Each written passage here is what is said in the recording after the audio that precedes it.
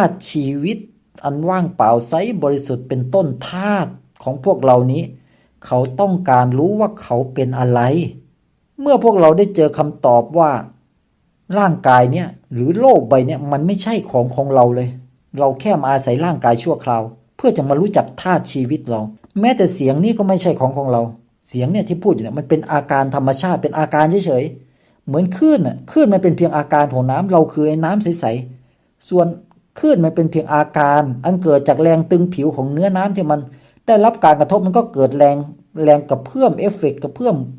มันเป็นอาการไอ้เสียงเนี่ยเป็นอาการมโนภาพเป็นอาการอารมณ์เป็นอาการพวกเราอยากได้แต่อารมณ์สุขไม่อยากได้อารมณ์ทุกข์อารมณ์สุขก็เป็นอาการอารมณ์ทุกข์ก็เป็นอาการมันเป็นอาการของธรรมชาติชีวิตเมื่อเราถือครองเราก็ติดอยู่ในอาการนี้มันก็เกิดมาเป็นสิ่งต่างๆอย่างที่กล่าวมาเบื้องต้น